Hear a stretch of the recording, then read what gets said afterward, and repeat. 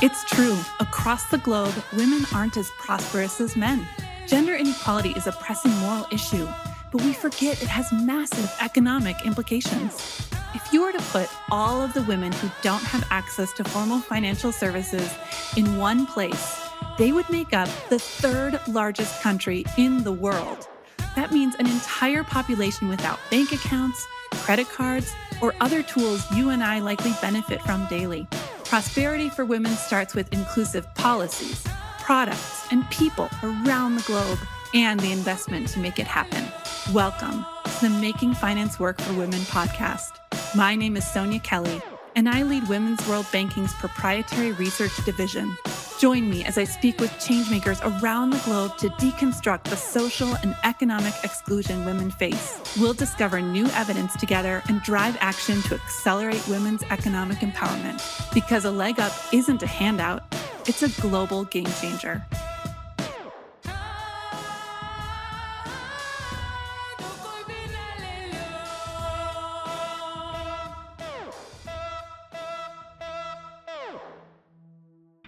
Indeed. Welcome and thanks so much for tuning in to the Making Finance Work for Women podcast, streaming on YouTube and available wherever you get your podcasts.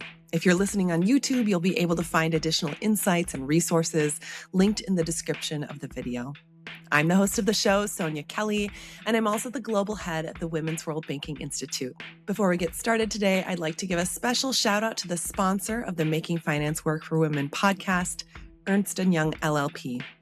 EY is a global leader working across assurance, consulting, law, strategy, tax, and transactions. EY teams ask better questions to find new answers for the complex issues facing our world today.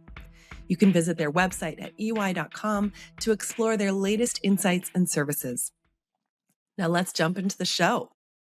Today, we're coming to you from Indonesia, a country where women entrepreneurs are not a side story in the economy. They are central to it. Indonesia is home to more than 64 million micro, small, and medium-sized enterprises.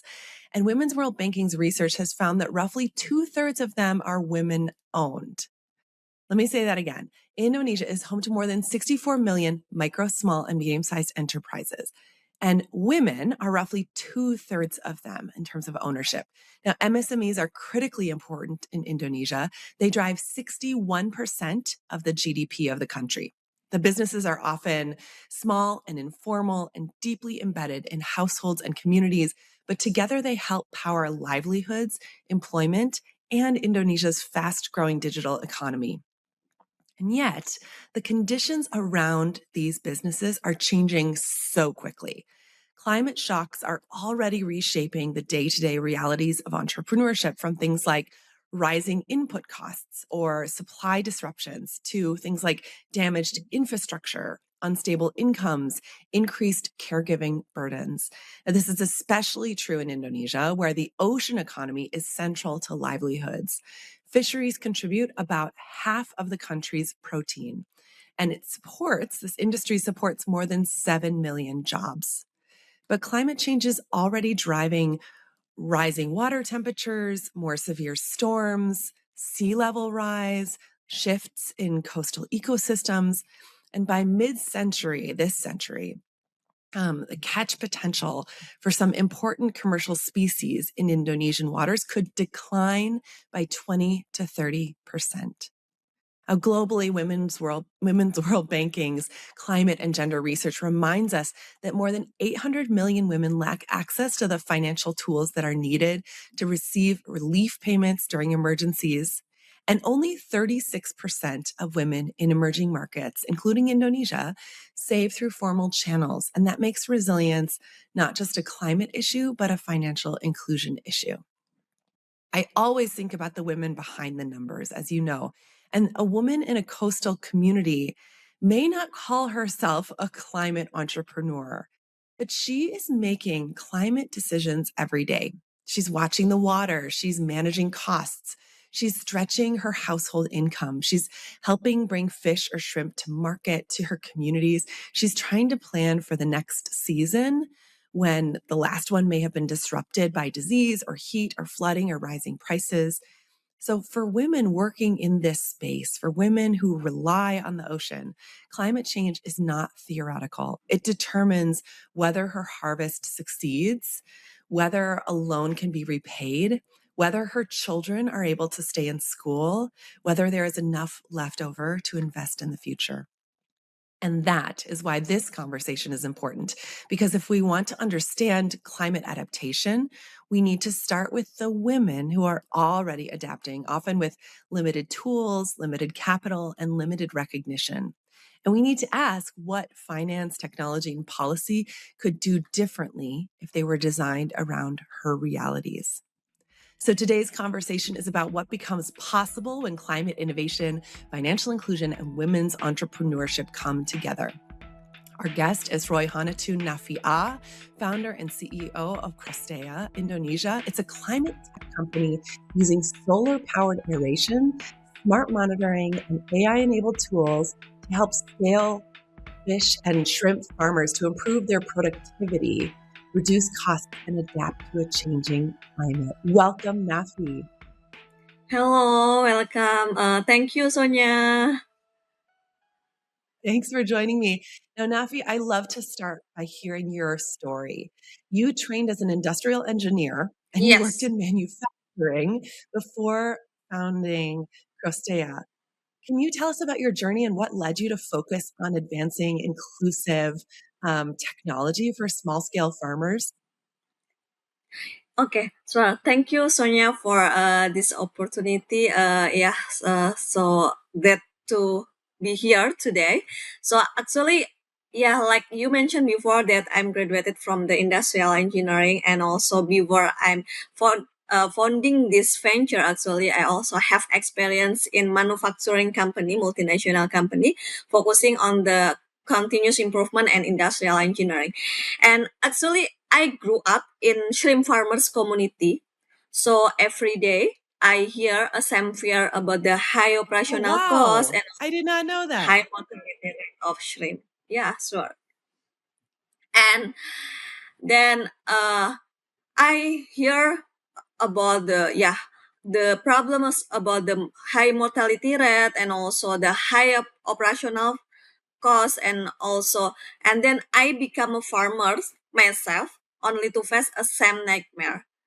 More than 50% shrimp mortality, crippling the energy bills, and power shortage strangle the profit. So this is not Wow. just my story. Actually, it's story of millions. So Mm. Sonia, at Crustea, we are turning that pine into the purpose, because we are not outsider. I'm the farmers, so we are fixing this aquaculture from inside. And yeah, because I know the problem directly by my own experience, so i'm I'm eager to build this venture for helping the farmers to increase their productivity, and also reduce their operational costs. Hmm. And I love that you're doing this as a farmer yourself. That's amazing. And it probably means you have a lot of insights on what the people you're serving are facing.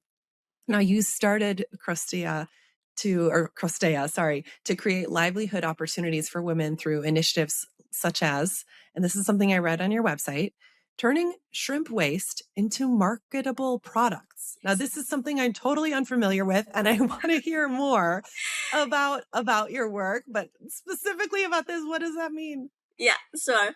Yeah, because in aquaculture sector, dominant by men actually. So we have many women there, but the woman actually we make the underestimate for the woman, and the woman actually they have important role for aquaculture sector. For example, they can manage the finance, they can manage the harvest processing, and after we check one by one to the woman, they want to increase their capability and help in the aquaculture ecosystem for the woman actually. And after that, after we thinking about the waste in the aquaculture, for example, shrimp waste, we have like head waste for the from the shell, and also from the shrimp is actually they they have head waste, and we make the woman empowerment. We do capacity building workshop to transfer the knowledge for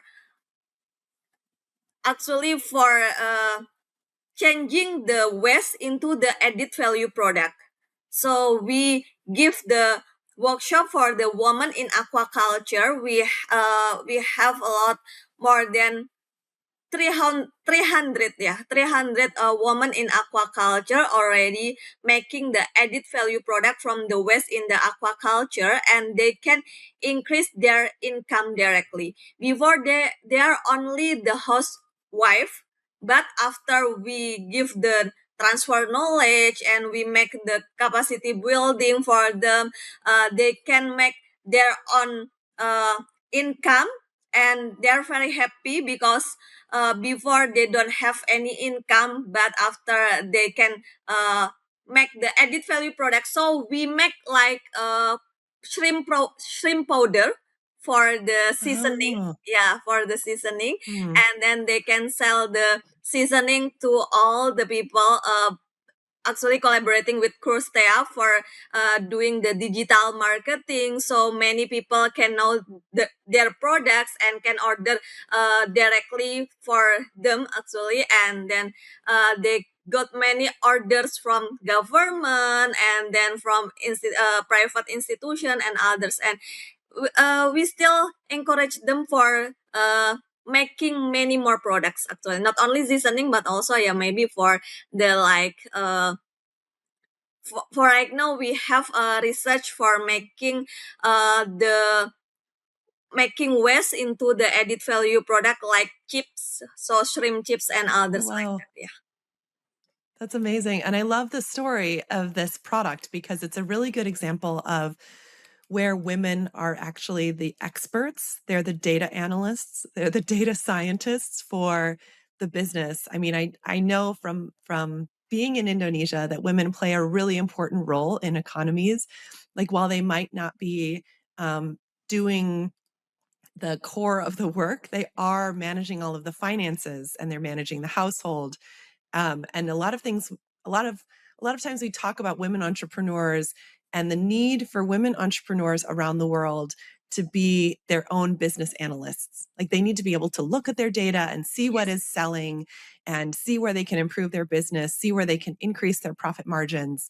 In Indonesia, that happens very naturally because women are the money managers. And so this is a perfect example of where women who are the money managers can say, look, I'm seeing an inefficiency in our business. Yes. I'm seeing a lot of waste. We're throwing away these heads and these tails. These can be used in some way. I just know it. And then Crustea being able to come in and say, yes, this is how you can use it. You can turn it into all of these different things and empower women that way. I think that's such a beautiful picture of the importance of women in entrepreneurship. Now, you started Crustea to create livelihood opportunities like this for women through these kinds of initiatives. But there's a bigger picture here, and that is that Indonesia's protein supply is 50% food coming from the ocean. Like aquaculture is such an important source of food and livelihoods for the country.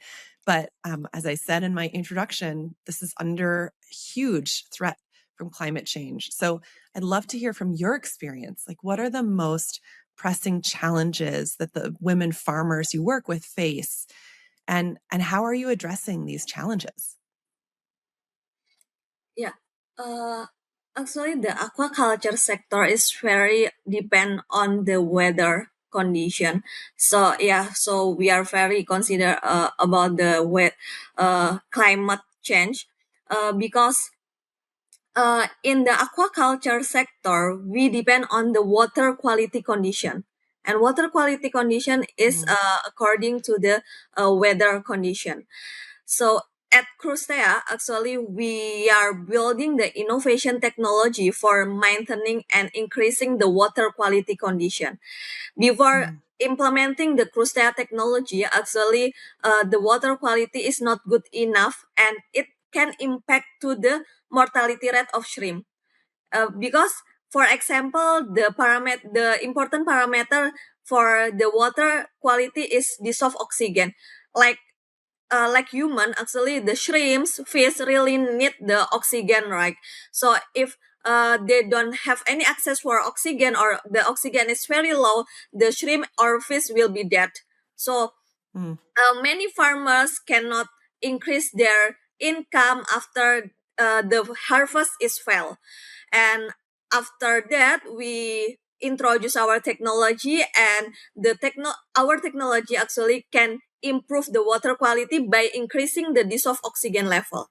So we maintain the oxygen level, the standard, and also we can optimize the water quality condition. So if the water quality is not good condition, so the aerator will be on automatically, and otherwise we have like smart system.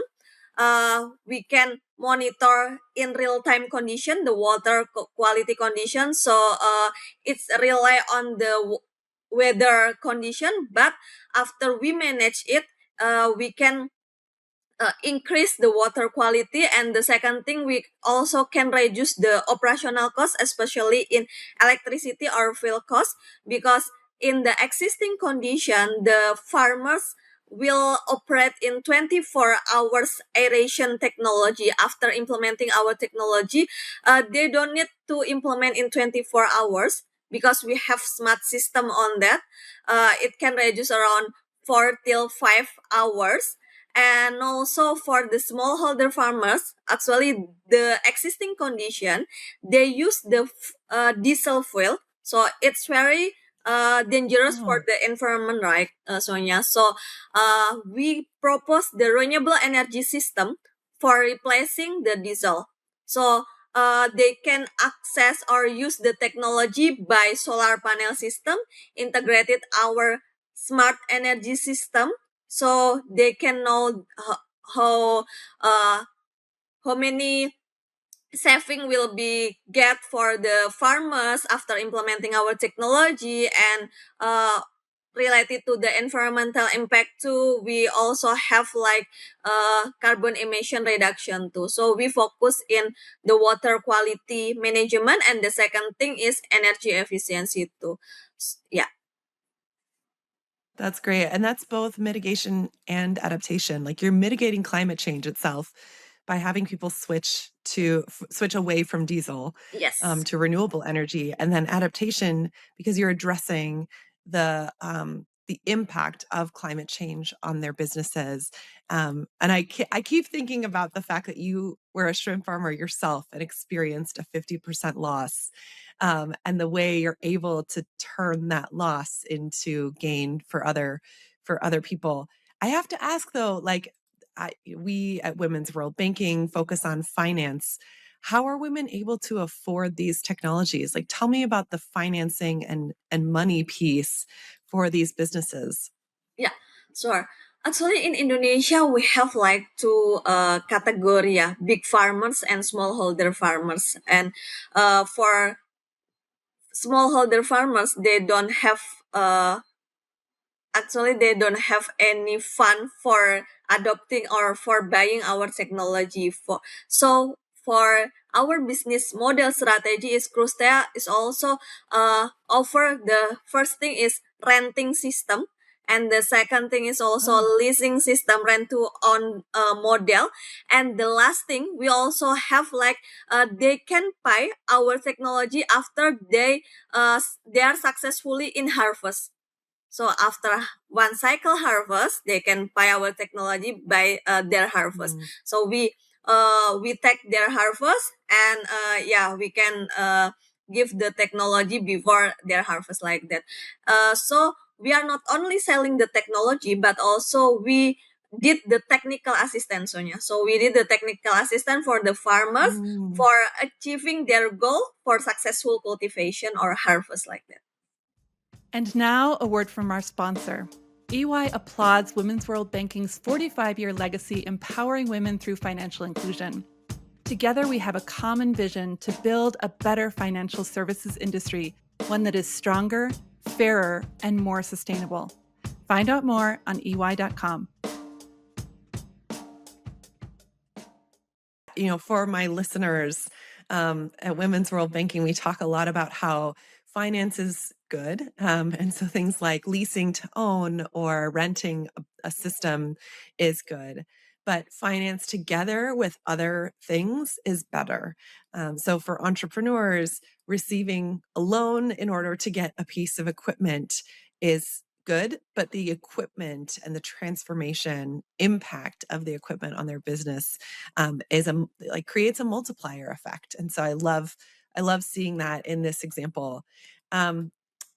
Nafi, I would love to ask you the magic wand question. This is a question I ask a lot of people. Yeah. If you could wave a magic wand, what would aquaculture look like as a result? Like, what is your vision for aquaculture in Indonesia, but also worldwide? Yeah, so thank you, Sonia. Yeah, actually, the aquaculture is one of the economic backbone, yeah, in not only in Indonesia, I think in global too, because we offer the food security. So without our farmers, I think we cannot eat the fish, shrimp, and others.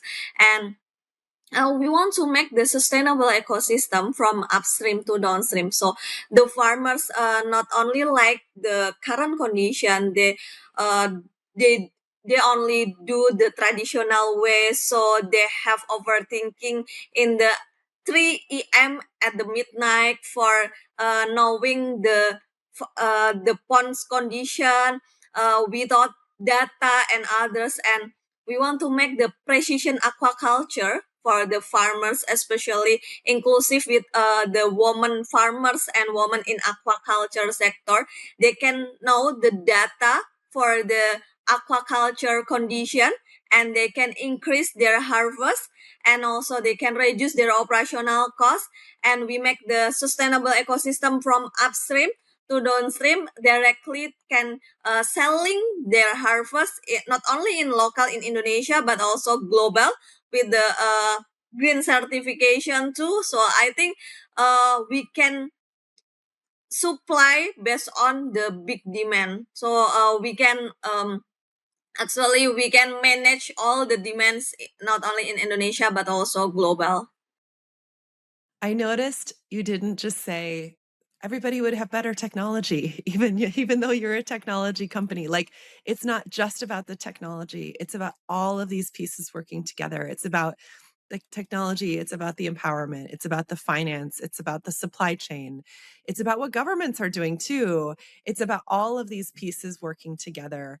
And the problems we've talked about today in aquaculture are complicated problems that require complicated solutions. Before I come to our last question, I do want to emphasize for our listeners just how challenging the situation is in Indonesia, because it's sort of emblematic of where the rest of the world is going. And that's one of the reasons we went to Indonesia for this episode, because Indonesia's temperatures are rising faster than other places just because of the placement of Indonesia in the world.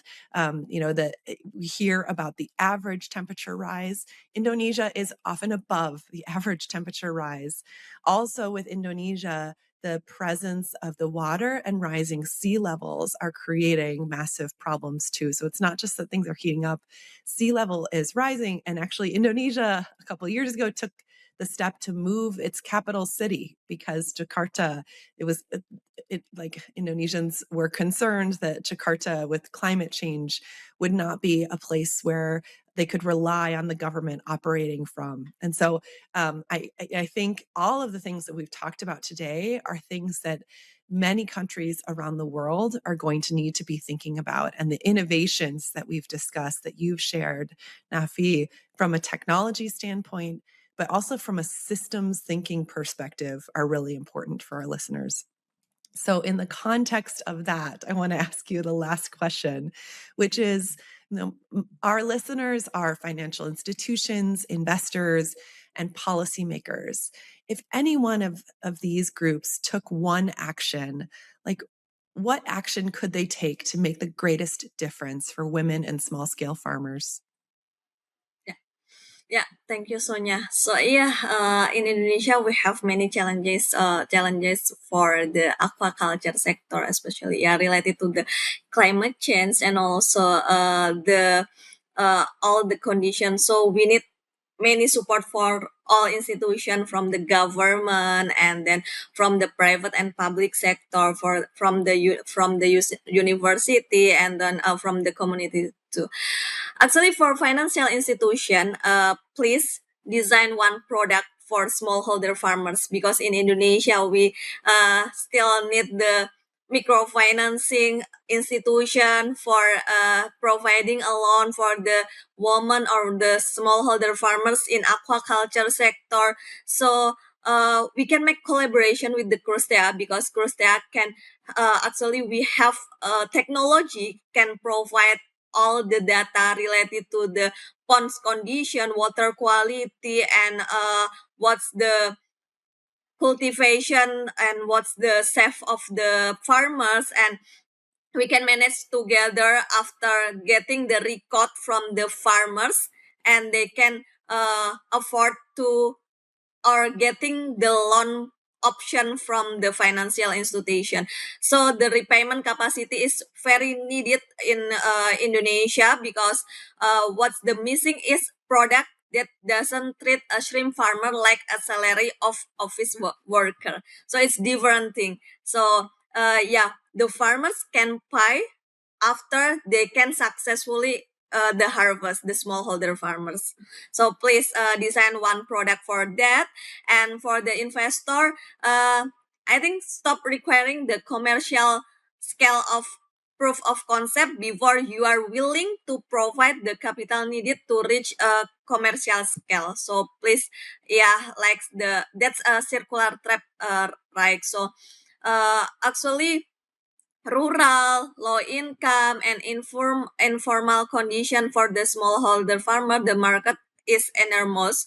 So the impact is measurable. The technology works. We can prove it. After we can prove the technology and we can increase our traction, our revenue system, our impact, we can make like the investment horizon can be measured in the aquaculture sector, because we are not only providing the software system but also hardware system, and it's likely need the capital for the first for achieving the proof in the all aquaculture sector. And for I think for the last, for the policymaker, please simplify the regulatory, especially for the renewable energy system, solar energy in the smallholder farmers, because many smallholder farmers they don't have any electricity access, and we need the simply regulatory for increasing their productivity so they can afford the technology by implementing the renewable energy system and achieving the sustainability too. Thank you, Sonia. Those are very specific things that they could do. I really appreciate you getting quite specific about it. That was great. Thank you so much, Nafi, for joining me. I really appreciate it. And I've loved learning about aquaculture in Indonesia, not only the byproduct of shrimp, but also more importantly, bigger picture, how to empower women working in this space. Thank you. I hope you found that conversation as valuable as I did. I always try to share a few lessons that stand out to me. First of all, I thought this was going to be a conversation about technology. It was about instead systems. It was about technology plus finance plus policy, all of these systems working together for women entrepreneurs. And I think that's really important, is that technology doesn't exist on its own. Finance also, we talk about that a lot here. Finance doesn't exist on its own. We have to think about these things together. And as you've probably noticed we've started kind of leaning into focusing on women entrepreneurs. As we do that, we're going to be facing these really complex problems that women are dealing with in the world. And those complex problems require complex solutions. So that's a really big one. I think I should probably reiterate the actions that Nafi asked each of our audience stakeholders to take. First, on the policy side, I heard simplify regulation. Like, this is a space where we have to move as quickly as humanly possible. And so this might be an opportunity to create sandboxes and simplify how technology is approved, how different products are approved, simplify ways that we can innovate to serve women. Second, for policymakers, support where the market breaks down. Like, this is still a space with massive disequilibrium in the economic sense, and market solutions are not able to step in super easily. We're still in the experimentation phase. So policymakers can really provide support where the market does break down. For financial institutions, the call is very specific for Indonesian financial institutions, which is design a product for smallholder farmers. I want to break that down just a tiny bit. When you think about a traditional microfinance loan, it might be a loan for like $100 or 1,000 or of another currency, and you pay it off like maybe starting a few weeks later. And you make small payments over time. And the idea is that it's manageable for the entrepreneur to make these small payments to pay off the larger balance. But for smallholder farmers, you think about their harvest cycle.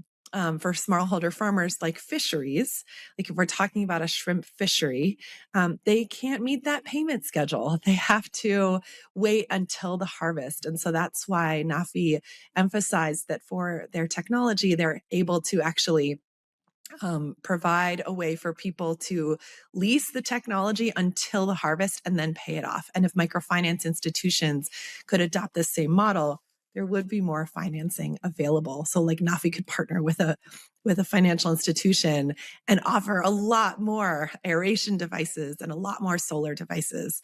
And finally, for investors, I heard don't wait until you have both proof of concept and proof that it's working in the market. I think we need capital for experimentation. We need more incubators and accelerators and ways of testing in a way that doesn't require the innovator to totally stretch themselves thin, with the potential for them not being able to do it because the money's not working. And so climate investors, this is a space where you can really step in and do some more impact investing. Those were all really important takeaways for me. I'm so grateful that Nafi shared her experience with us. And we'll be sharing additional information from Women's World Banking's climate research in the links below the YouTube video. So feel free to navigate over there if you want to see these links, or you can just Google it. We have a publication on climate finance and gender that actually talks about a woman in Indonesia who is working in fishing and needs a cooling system, because otherwise she's just catching what she can catch every day, which is getting smaller and smaller with rising temperatures. And then she can't store it. And so she has to sell it that same day. And so talk about the impact of climate on women's businesses. And we released that last year during New York Climate Week, and this year's New York Climate Week is coming up just next month. And so we've kind of timed this episode with that in mind. Now, as always, if you found our conversation valuable, please don't forget to leave us a note on your favorite podcast platform or give us a rating. I read every single comment, I read every single rating, and I'm so grateful to our listeners who are in conversation with us. Your feedback matters tremendously and shapes future episodes. So as the influencers say, please like and subscribe. So thanks again for joining us. And I'm looking forward to catching up with you next month on the Making Finance Work for Women podcast. Thanks.